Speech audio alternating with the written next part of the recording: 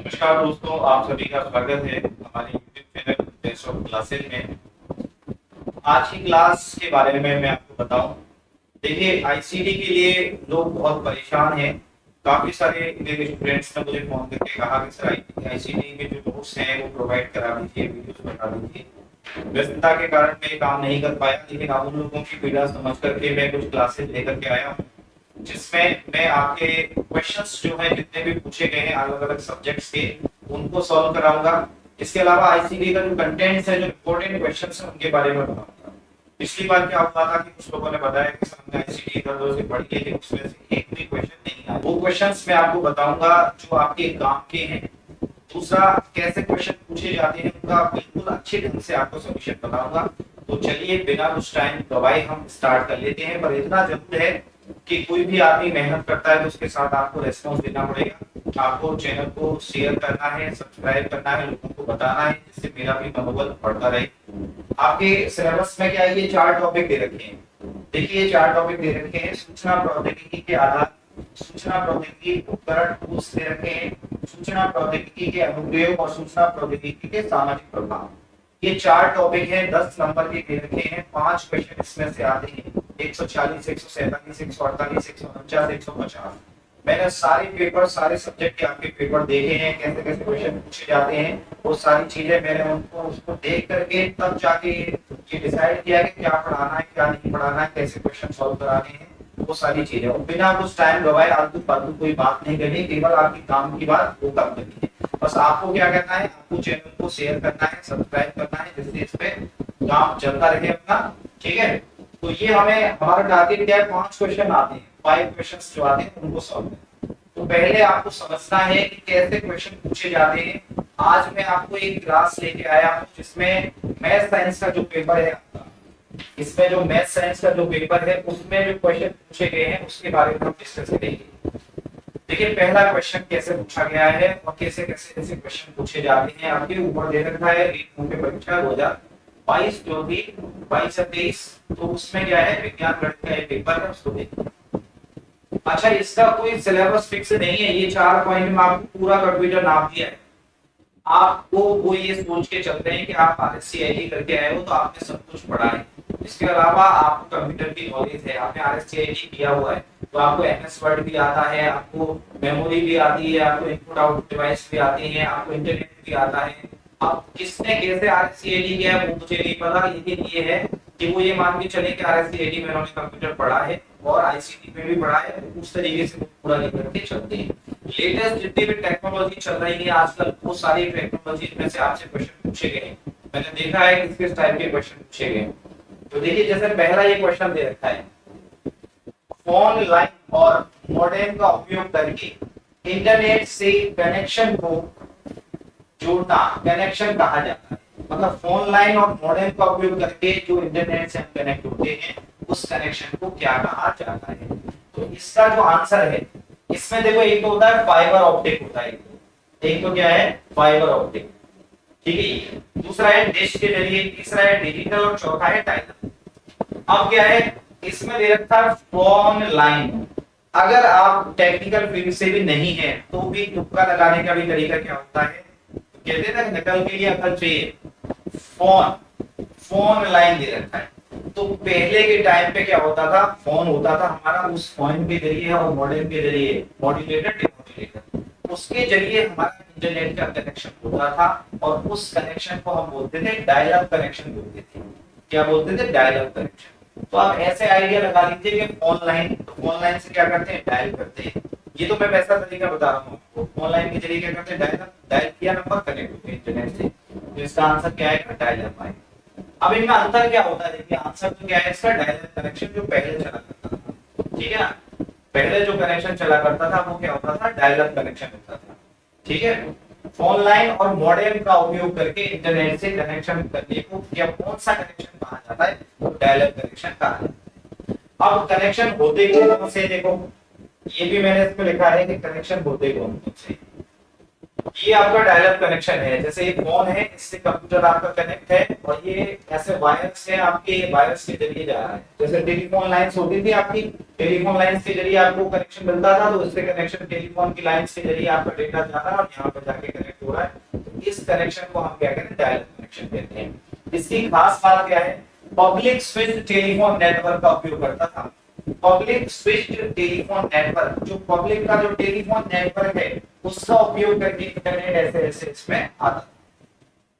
आधुनिक ब्रॉडबैंड या fibre connection की तुलना में बहुत धीमा कनेक्शन है। तो पहले ये यूज किया जाता, डायल करते थे नंबर इंटरनेट से कनेक्ट होके, तो वो क्या है, अब जो ब्रॉडबैंड कनेक्शन चल रहा है और फाइबर कनेक्शन चल रहा है, फाइबर केबल आती है, ऐसी केबल आपने देखी होगी, ये फाइबर केबल है, ऑप्टिकल फाइबर, इससे लगा देते नेट आ जाता है। उसकी तुलना में क्या है, धीमा है ये, ठीक है ना। कौन से नेटवर्क का यूज करता है, PSTN, public switched telephone network. ये पब्लिक स्विच्ड टेलीफोन नेटवर्क है, उसका उपयोग करता है। किसी आईएसपी, अब आईएसपी से आप क्या समझते हैं, ये पूछा जा सकता है आपसे कि आईएसपी क्या होता है। आईएसपी होता है internet service provider, internet service provider. ये नाम आपसे क्वेश्चन पे पूछा जा सकता है कि इंटरनेट सर्विस प्रोवाइडर, आईएसपी से आप क्या समझते हैं, ठीक है। और हिंदी में अगर इसकी बात करें तो ये होता है इंटरनेट सर्विस प्रदाता। जिस कंपनी से आपको इंटरनेट मिल रहा है वो इंटरनेट सर्विस प्रदाता होती है। जैसे जियो से मिल रहा है आपको, आपको वोडाफोन से मिल रहा है, एयरटेल से मिल रहा है, कौन सी कंपनी से मिल रहा है, तो क्या आईएसपी। किसी आईएसपी से कनेक्ट करने के लिए फोन नंबर डायल करने के लिए मॉडेम की आवश्यकता होती है। अब ये क्या है, फोन नंबर डायल किया जाता था। एक डिवाइस होती है जिसे हम कहते हैं मॉडेम, एक डिवाइस होती है उसे हम कहते हैं मॉडेम। एक मॉडेम यहाँ लगा हुआ है और एक मॉडेम यहाँ लगा हुआ है। यहाँ का मॉडेम भेजने के काम आएगा, वहां का मॉडेम रिसीव करने के काम में आता है। मॉड्यूलेटर, डिमॉड्यूलेटर, मॉडेम का नाम क्या होता है, मॉड्यूलेटर, डिमॉड्यूलेटर। मतलब ये मॉड्यूलेट करेगा, भेजेगा, और वो डिमॉड्यूलेट करेगा, तो दोनों तरफ मॉडेम होंगे टेलीफोन लाइन की, ठीक है। बहुत धीमा होता था, 56 kbps, किलोबाइट पर सेकंड, ठीक है, ये इस तरीके से, ठीक है, और धीमा था। किलोबाइट नहीं होगा, ये क्या होगा, बी बिट्स होगा ये, ठीक है। अगर ये ध्यान रखें, अगर बी कैपिटल में है तो वो बाइट्स में आता है, और अगर स्मॉल में भी दे रखा है तो क्या होता है, बिट्स, किलो बिट्स पर सेकंड, ऐसा है। एक ही समय में एक ही लाइन पर फोन और इंटरनेट का उपयोग नहीं किया जा सकता था। या तो फोन का उपयोग करोगे या इंटरनेट यूज करोगे, एक समय पे ना फोन और इंटरनेट का यूज नहीं किया जा सकता था। तो ये क्या था, पुराना सिस्टम था ये वाला, डायल अप कनेक्शन वाला। ये जो था ये पहले चला करता था, डायल अप कनेक्शन, जिसके जरिए इंटरनेट से कनेक्ट होते थे, और उसमें आवश्यकता किसकी पड़ती थी, फोन की और एक डिवाइस की जिसका नाम होता था मॉडेम, ठीक है। अब आजकल क्या चल रहा है, अब आजकल चल रहा है ब्रॉडबैंड कनेक्शन चल रहा है। दूसरा क्या है, फाइबर ऑप्टिक कनेक्शन। ऐसी केबल होती है इंटरनेट के, कांच या प्लास्टिक के बेहद पतले तारों के माध्यम से प्रकाश की किरणों द्वारा डेटा ट्रांसफर होता है। मतलब सबसे तेज गति जो होती है वो प्रकाश की किरणों की होती है। और इस केबल में क्या होता है, कांच के प्लास्टिक के बेहद पतले तार होते हैं और उनमें प्रकाश की गति से डेटा जाता है। तो आजकल इसका यूज किया जाता है। और क्या होता है, बहुत तेज स्पीड होती है, कम पिंग लेटेंसी, लंबी दूरी पे भी मजबूत signal, 4K video online gaming में और उनमें काम पे ये आता है। 4K वीडियो जो होते हैं, जैसे जितनी अच्छी क्वालिटी का डेटा होगा आपका, उसको जाने में टाइम लगता है। और लेटेंसी, कम पिंग लेटेंसी, लेटेंसी का मतलब होता है कितनी देर लगी रेस्पॉन्स देने में, तो तुरंत ये रेस्पॉन्स देगा। ये फाइबर ऑप्टिक कनेक्शन में क्या होता है, तेजी से आपका डेटा जाता है। तो आप डायल अप कनेक्शन के द्वारा भी इंटरनेट से जुड़ सकते हैं, ब्रॉडबैंड से भी जुड़ सकते हैं, आप फाइबर ऑप्टिक कनेक्शन से भी जुड़ सकते हैं, ठीक है ना। तो ऐसे कई माध्यम है। तो आपका जो आंसर है वो क्या है, इसका जो आंसर है वो क्या है आपका, ये वाला क्या आंसर आएगा इसका, डायल अप कनेक्शन, ये आंसर है। फोन लाइन और मॉडेम का उपयोग करके इंटरनेट से कनेक्शन जोड़ने को कौन सा कनेक्शन कहा जाता है, डायल अप कनेक्शन कहा जाता है, ठीक है। नेक्स्ट इसके बाद में क्वेश्चन है आपका, ये देखिए, ये तो ये था। अब अच्छा, मैंने ये एक और स्लाइड बना दी है कि अगर आपसे कुछ पूछे तो देखो, digital subscriber line, DSL line के जरिए आप कर सकते थे। पुरानी तकनीक फोन लाइन का उपयोग करता है, कॉपर वायर होता है, 1 से 20 एमबीपीएस तक की स्पीड का डेटा इसमें जा सकता है। ब्रॉडबैंड कनेक्शन में कॉपर वायर होती है, उसमें भी 10 से लेकर 100 एमबीपीएस तक का डेटा जा सकता है। ज्यादा स्पीड टीवी और इंटरनेट एक साथ संभव है, ठीक है। और फाइबर ऑप्टिक जो होता है, कांच प्लास्टिक की रेशमी तारें बहुत तेज 100 एमबीपीएस से लेकर 1 जीबीपीएस तक गीगाबिट्स पर सेकंड तक, बहुत कम इसमें लेटेंसी होती है, मतलब जल्दी से होता है। 4K streaming, gaming, cloud use के लिए बेस्ट होता है। मतलब आजकल की लेटेस्ट टेक्निक्स में सबने क्या यूज किया जाता है, फाइबर ऑप्टिक यूज किया जाता है। उससे कम ब्रॉडबैंड, उससे कम फिर डीएसएल, डिजिटल सब्सक्राइबर लाइन, मतलब टेलीफोन की जो लाइन आती है ना आपको, उसके जरिए जो कनेक्शन मिलता था ब्रॉडबैंड का, वो वाला, ठीक है। ऐसे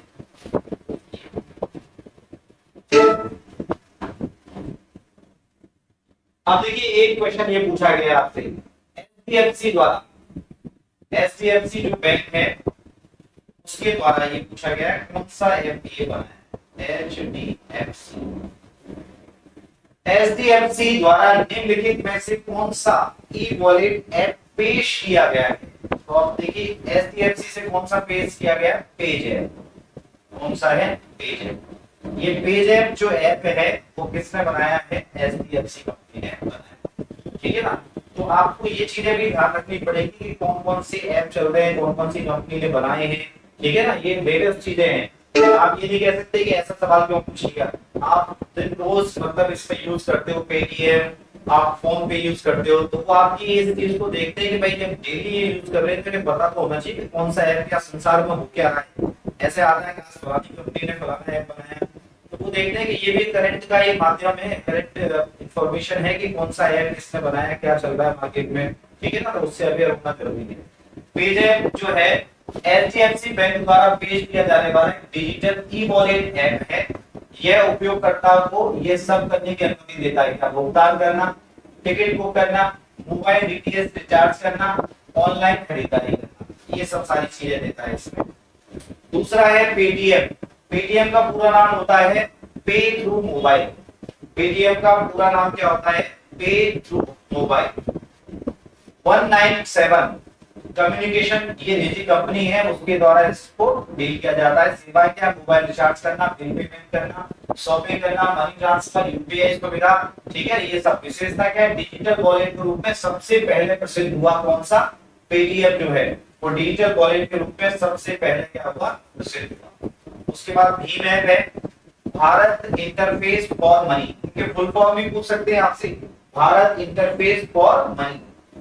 विकसित किया गया NPCI, national payments corporation of India, UPI के माध्यम से पैसे भेजना और प्राप्त करना, बैंक अकाउंट से डायरेक्ट ट्रांसफर, भारत सरकार द्वारा समर्थित है। भारत सरकार द्वारा समर्थित ऐप कौन सा है, निम्न में से भारत सरकार द्वारा समर्थित ऐप कौन सा है, कौन सा है, भीम है। भीम का फुल फॉर्म क्या होता है, भारत इंटरफेस फॉर मनी, ठीक है ना। पेटीएम का फुल फॉर्म क्या है, पे थ्रू मोबाइल। इस तरीके से फोन पे, फ्लिपकार्ट, पेथापेल अब क्या है, वॉलमार्ट के अधीन है। फोन पे किसके अधीन है, वॉलमार्ट के। UPI transfer, mobile recharge, bill payment, mutual fund, insurance जैसी सेवाएं बहुत ही लोकप्रिय यूपीआई ऐप है, तेज और आसान है।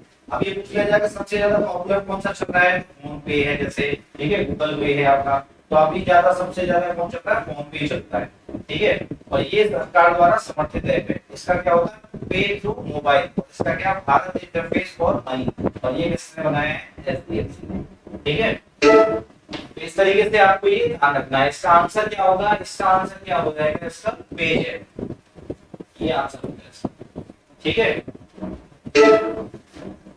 नेक्स्ट क्वेश्चन इसके बाद में फिर अपना है बिटकॉइन। बिटकॉइन वॉलेट में जारी किया गया, बिटकॉइन वॉलेट जो है कौन से सन में जारी किया गया। अब आपको ये नहीं पता है कि बिटकॉइन होता क्या है, बहुत सारे लोगों को नहीं पता कि बिटकॉइन होता क्या है, किस काम में आता है। ऐसे ऐसे सवाल जो है, लेकिन ये लेटेस्ट चीज है, आपको पता होना चाहिए, चाहे आप किसी भी ब्रांच के हो, किसी भी चीज के हो। सरकार ये चाहती है कि आपको आसपास की जानकारी मिल चाहिए कि चल क्या रहा है मार्केट में, संसार में हो क्या रहा है। जब आप अपडेटेड टीचर होंगे तभी तो आप बच्चों को ढंग से पढ़ा पाएंगे।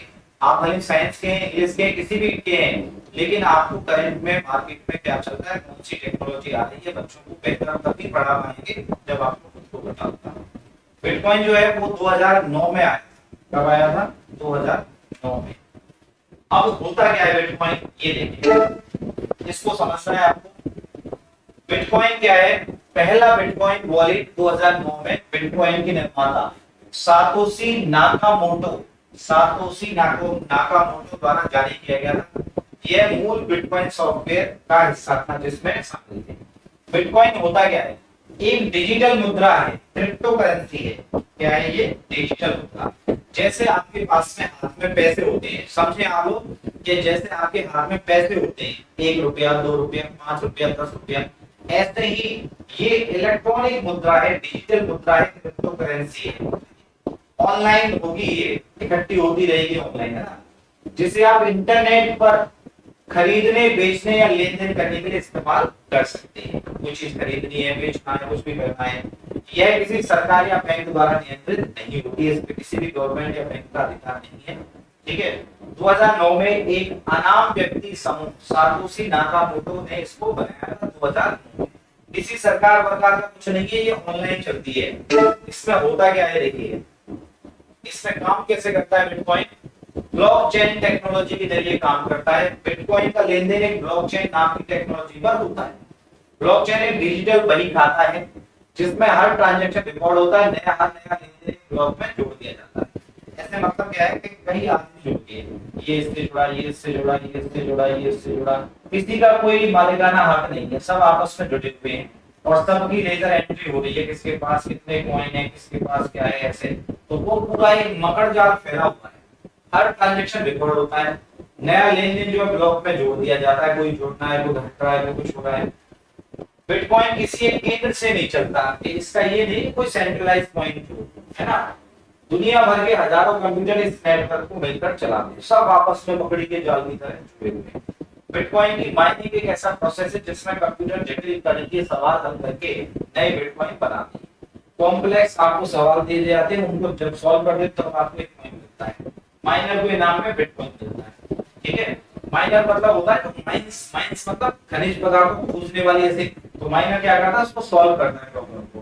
बिटकॉइन का वॉलेट होता है, बिटकॉइन को स्टोर करने के लिए डिजिटल वॉलेट होता है। यह वॉलेट एक प्राइवेट की से सुरक्षित रहता है। उस वॉलेट में आपके कॉइन्स रहते हैं, इतने कॉइन हो गए, इतने पैसे हो गए, आपके इतने कॉइन्स हो गए, इतने पैसे हो गए। तो वॉलेट जो है वो आपका होता है बिटकॉइन वॉलेट, और प्राइवेट की से सुरक्षित रहता है। मतलब जैसे आप चाबी लगा देते हो ना कमरे की, कमरा बंद किया, उसमें खजाना रखा और चाबी लगा दी, ऐसे ही ऑनलाइन जब हम एन्क्रिप्शन टेक्निक जो होती है हमारी होती है प्राइवेट। ठीक है। जिसको पता है वही भूलेगा इसको। बिटकॉइन का उपयोग कहाँ होता है? ऑनलाइन पेमेंट करना है, इन्वेस्टमेंट करना है, जैसे गोल्ड में, विदेश में पैसे भेजने के लिए। सरकार और बैंक को तो पता है नहीं, इनका तो नियंत्रण है ही नहीं है, सरकार का बैंक का तो कोई नियंत्रण है नहीं, तो आप विदेश में पैसे कॉइन के रूप में भेज सकते हैं। कुछ देशों में प्रोडक्ट्स और सर्विसेज खरीदने के लिए भी इसको यूज किया जाता है। ठीक है।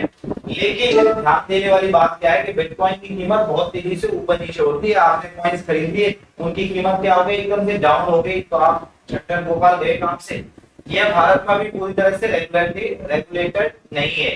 निवेश करने से पहले पूरी जानकारी जरूरी है, पहले इस्तेमाल करें फिर विश्वास करें। ठीक है ना। डूब भी सकते हैं इसमें, बन भी सकते हैं यहाँ पर। नेक्स्ट इसके बाद में आता है क्वेश्चन अपना, गणितीय शब्दावली में तालिका को क्या कहा जाता है? अब देखिए तालिका क्या होती है? टेबल होती है तालिका। तालिका क्या होती है? टेबल। जैसे आपकी क्या होती है? स्टूडेंट टेबल है, डेटाबेस होता है, उसमें टेबल बनी रहती है। ये लाइब्रेरी की टेबल है। ठीक है। इसके अलावा ये आपकी मैनेजमेंट की टेबल है, और इन सारी टेबल को मिला के बना दिया स्कूल का डेटाबेस। स्कूल का डेटाबेस, डेटाबेस का मतलब होता है स्कूल मतलब किसी भी जगह के रिकॉर्ड्स को टेबल बना करके रखना, जमा करके रखना, उसे कहते हैं डेटाबेस। पहले फाइल सिस्टम चला करता था, उल्टे सीधे कहीं भी रिकॉर्ड पर जब दिए डुप्लीकेट आगे कुछ आगे। डेटाबेस का मतलब होता है रिकॉर्ड्स को टेबल बना बना के जमा करके रखना। तो कई टेबलों का जो समूह होता है उसे हम क्या कहते हैं? डेटाबेस कहते हैं। कहते हैं डेटाबेस। ठीक है। ये कहा अब ये कह रहा है कि गणितीय मैथमेटिकल टर्म्स में तालिका अर्थात टेबल को क्या कहा जाता है? तो ये टेबल जो है इसको क्या कहा जाएगा? रिलेशन कहा जाता है। क्या कहा जाता है? संबंध। रिलेशन टेबल को कहते हैं। एट्रीब्यूट को क्या कहते हैं? एट्रीब्यूट को कहते हैं हम इसमें फील्ड। टपल को क्या कहते हैं? रिकॉर्ड कहते हैं। तो यहाँ पे जो डेटाबेस है, डेटाबेस में टेबल का जो दूसरा नाम होता है वो क्या होता है, रिलेशन होता है। ठीक है, ये देखिए मैं पढ़ाऊंगा इन चीजों को भी, आपको सब सारी चीजों को अगर कोई पढ़ना चाहेगा तो, क्योंकि मैं तभी काम करूंगा जब आप लोगों का रेस्पॉन्स आएगा। ठीक है, ये तो बहुत सारे चैनल बने हुए हैं, बहुत सारे, मैंने नाम लिखा हुआ कवि जय सारस्वत, तो मैं कविता भी पढ़ता हूँ, प्रोफेशनली गाता हूँ, तो मेरे पास में समय बहुत कम रहता है, बहुत सारे काम मेरे पास में है। हाँ ये जरूर है कि कंप्यूटर फील्ड में मैंने काफी साल पढ़ाया है, मेहनत की है, और जहाँ मैं अस्वस्थ हो जाता हूँ तभी कोई बात आगे करता हूँ। इतना जरूर है कि कोई भी टॉपिक अगर आपके समझ में नहीं आता है तो उसको मैं समझा सकता हूँ, है ना। तो देखिए इसमें यह है, रिलेशन का मतलब क्या है, संबंध तालिका टेबल, पूरी टेबल को दर्शाता है, यानी डेटा का संबंध। तो टेबल को क्या कहा जाता है, डेटाबेस में टेबल को कहते हैं, टेबल को कहा जाता है। टपल किसको कहते हैं, रिकॉर्ड को, कोई रिकॉर्ड है जैसे उसको, जैसे स्टूडेंट का नाम, father name, mother name, age, इस तरीके से पूरा एक रिकॉर्ड, ये एक टपल हो गया। एट्रीब्यूट मतलब उसकी फील्ड जो भी है जैसे, और डोमेन का मतलब उसमें किसी कॉलम के लिए माध्य सेटों का सब, जैसे आपने कहा स्टूडेंट का नेम,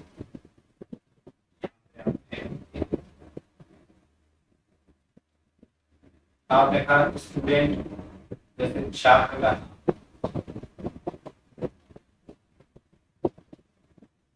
छात्र का नाम,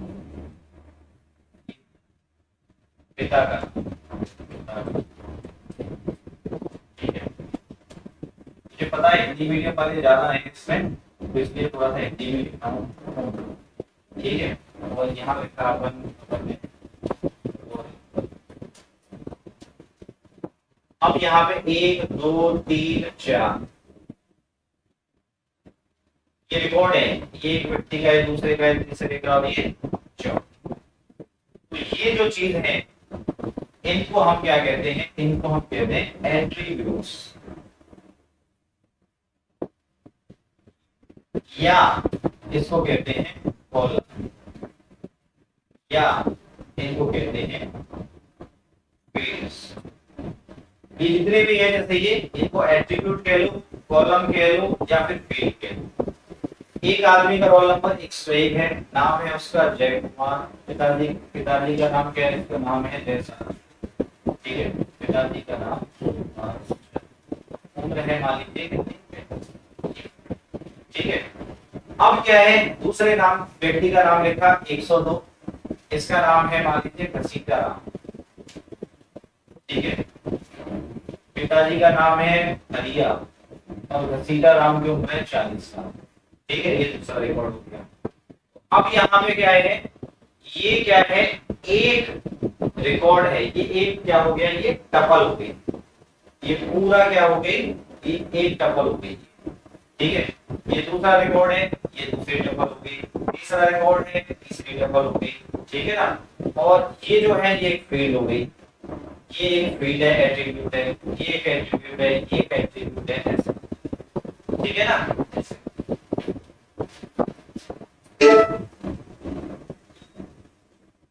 इसके बाद में अब एक क्वेश्चन दे रखा है, देखिए अलग अलग जगह से क्वेश्चन है। जब डिवाइस ए से डिवाइस बी तक डेटा संचारित किया जाता है, डिवाइस ए से और डिवाइस कितने करते हैं, बी डिवाइस, कोई डेटा भेजा जाता है, डिवाइस ए लेयर की लेयर 5 से डेटा जाता है, तो इसकी बी की कौन सी लेयर द्वारा उसको पढ़ा जाएगा। ठीक है, ये पूछा गया है। तो देखिए सबसे पहले आपको इसकी लेयर पता होना चाहिए कि लेयर होती कितनी है और क्या काम है। ये क्या है, एक मॉडल है, इस मॉडल में क्या है आपको ये समझाया जाता है, ये ओएसआई मॉडल कहलाता है। ये क्या कहलाता है, ओएसआई, ओपन सिस्टम इंटरकनेक्शन। कोई भी डिवाइस जब डेटा भेजती है उसकी 7 लेयर होती है, उसकी नंबरिंग यहाँ से होती है 1 2 3 4 5 6 ये 7, ऐसी इधर होगा 1 2 3 4 5 6 और 7। हर लेयर का अलग अलग काम होता है, जैसे ये एप्लीकेशन लेयर है, इस पे यूजर काम करेगा, प्रेजेंटेशन डेटा किस तरीके से प्रेजेंट होगा। सेशन लेयर मतलब एक कम्युनिकेशन बनाती है, सेशन क्रिएट करती है। ट्रांसपोर्ट लेयर प्रोसेस से प्रोसेस में कहां पे जाएगा। नेटवर्क लेयर कौन से नेटवर्क से जाएगा। डेटा लिंक लेयर कैसे फ्रेम होंगे, एरर कैसे कंट्रोल होगी। और फिजिकल लेयर में क्या होता है, यहाँ से वायर से या बिना तार से या बिना तार से फिजिकली मतलब जाता है, या तो वायरलेस या वायरलेस यहाँ से जाएगा। अब सवाल ये पूछा गया है कि अगर पांचवी लेयर का कोई डेटा भेजा, उसका हेडर भेजा है, तो इसकी कौन सी लेयर उसको पढ़ेगी। तो इसमें क्या होता है, हर लेयर में जब डेटा जाता है, तो जैसे एक पैकेट है, फिर उसका क्या होता है, तो फिर क्या हो गया, ऐसे चार, हर बार मतलब क्या उसमें एक हेडर जोड़ दिया जाएगा उसमें ऐसे, और जब वहां जाएगा एक एक हेडर को अलग कर लिया जाएगा। जब पांचवी लेयर पे इसका एक हेडर जोड़ा जाएगा, उसकी भी पांचवी लेयर पे ही वो हेडर पढ़ा जाएगा। जब इसकी पांचवी लेयर ने कोई चीज जोड़ी है, हेडर भेजा है, तो उसकी भी पांचवी लेयर ही उसके हेडर को पढ़ेगी। ठीक है ना, तो आंसर क्या आएगा इसका, सेशन लेयर आएगा। कौन सी लेयर पढ़ेगी, जब इसकी पांचवी नंबर की लेयर कौन सी है आपकी, सेशन लेयर, तो उधर भी कौन सी पढ़ेगी, पांचवी लेयर, सेशन लेयर। तो इसको हम पढ़ेंगे, वो ऐसे मॉडल जो है हमारा वो पढ़ेंगे, तब समझ में आएगा। ठीक है, तो इसमें क्या पूछा है, इसका जब ए से कोई डिवाइस है, जैसे ए वाली डिवाइस है आपकी, ठीक है, ए डिवाइस है, ए से डिवाइस बी तक, और बी तक जानी है ए लेयर 5 से, तो लेयर 5 कौन सी है अपनी, सेशन लेयर। बी की कौन सी लेयर द्वारा पढ़ा जाएगा, तो बी की भी कौन सी लेयर होगी, वो पढ़ेगी जो इसको, वो भी सेशन लेयर होगी, तो वो लेयर इसको पढ़ेगी। मतलब यहाँ से हेडर जोड़ दिया जाएगा, वो वहां पे उसको पढ़ेगा। ठीक है, तो आंसर क्या आएगा इसका आएगा आपका सेशन लेयर।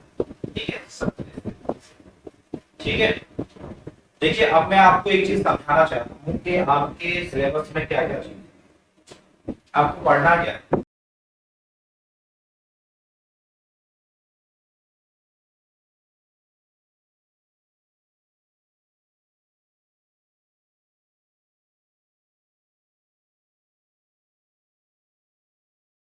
पूछा गया है ना, वर्ड, एक्सेल, पावर पॉइंट और ये होते हैं आपके।